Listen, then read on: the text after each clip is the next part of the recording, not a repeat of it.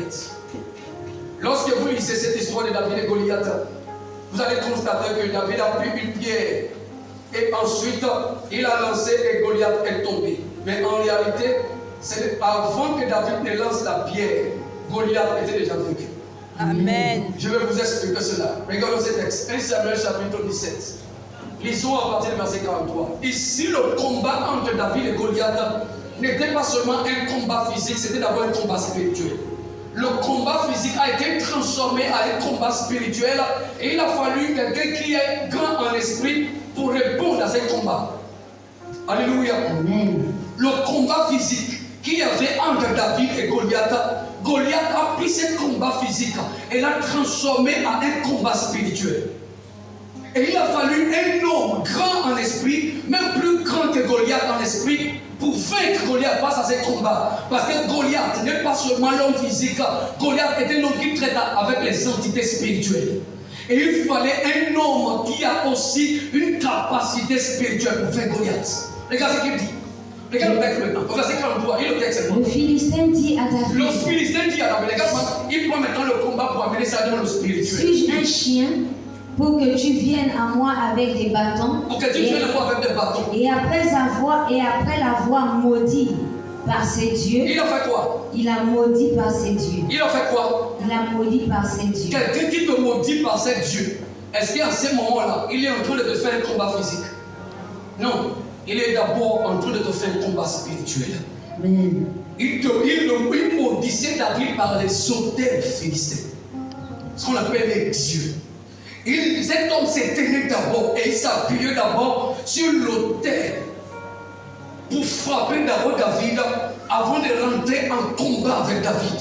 Amen. C'était ce que cet homme faisait. Cet homme s'appuyait d'abord sur un autel. La Bible dit qu'il le maudit par ses dieux.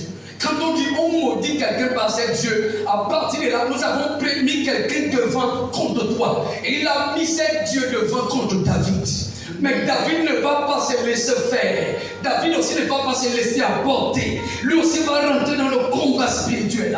Et regarde ce que David a dit. David dit aux David Philistins, dit aux Philistins, tu marches contre moi avec l'épée, toi tu marches contre moi avec l'épée, la lance et le javelot. les lances et le Et javelot. moi, Mais moi, je marche contre je toi marche contre toi. au nom de Au nom l'Éternel de des armées. l'Éternel des armées. Du Dieu. Amen. Alléluia. Amen. Est-ce que vous voyez le combat de Dieu? Amen. Le combat de Dieu. Amen. C'était le combat de Dieu.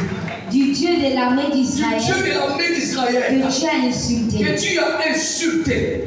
Et ensuite, c'est Dieu, voilà ce qu'il va me donner de faire contre toi. Aujourd'hui, l'Éternel te livrera entre mes mains. David dit qu'il le livre. L'Éternel. Qui livre Goliath? L'Éternel. Est-ce qu'à partir de là, le combat est déjà spirituel? Amen.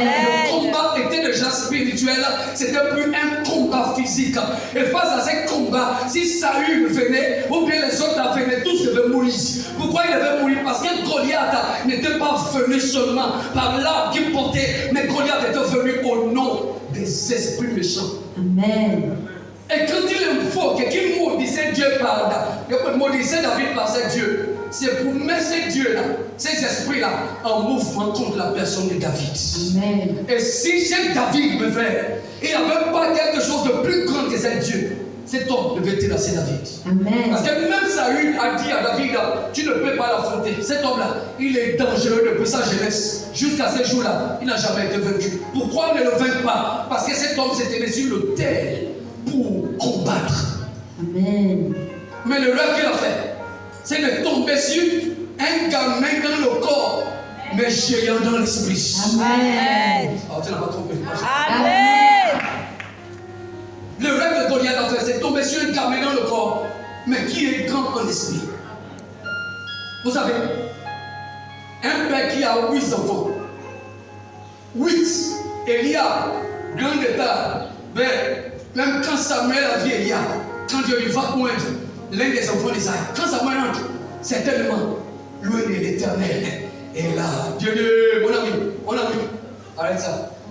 Celui-là même, ne peut même pas regarder son apparence ou la hauteur de sa taille, je l'ai rejeté.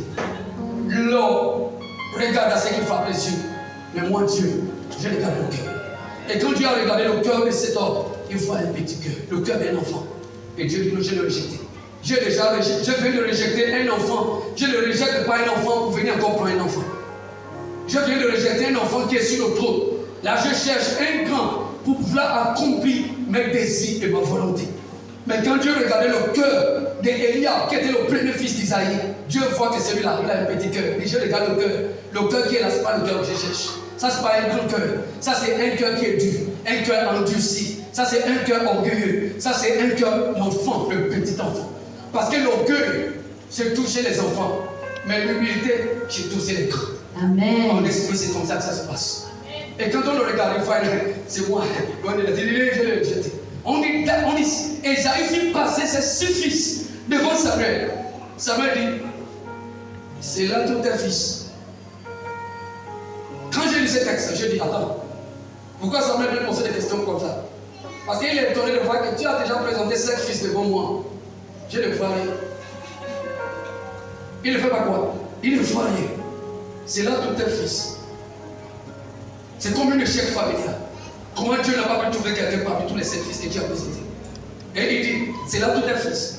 Oh, il y a un plus jeune. Il est dans le désert, en train de perdre le troupeau. Tout de suite, là, Samuel a compris que c'est ça. Dieu a toujours aimé les hommes qui s'occupent des choses.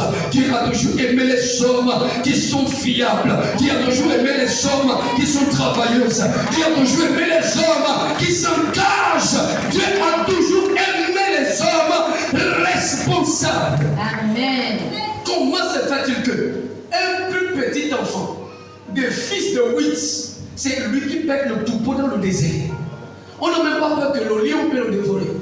On n'a pas peur que le loup peut le tuer. Mais toute la maison l'abandonne carrément. Les brebis, ça veut dire que lui travaille. Pour ce qui nourrit la famille, c'est à lui qu'on confie ça. Mais il faut d'abord voir une capacité qui est en lui. Amen. Cet homme a le sens de la responsabilité. Jeune comme il était, petit comme il était, mais il avait le sens de la responsabilité. Et Dieu aime les hommes responsables. Les hommes vraiment qui prennent les choses en main. Les hommes qui s'engagent et qui prennent les situations en main. Ce sont eux que Dieu cherche. Ce sont eux que Dieu cherche. Parce que c'est là qu'on voit qui est grand et qui n'est pas grand. Amen.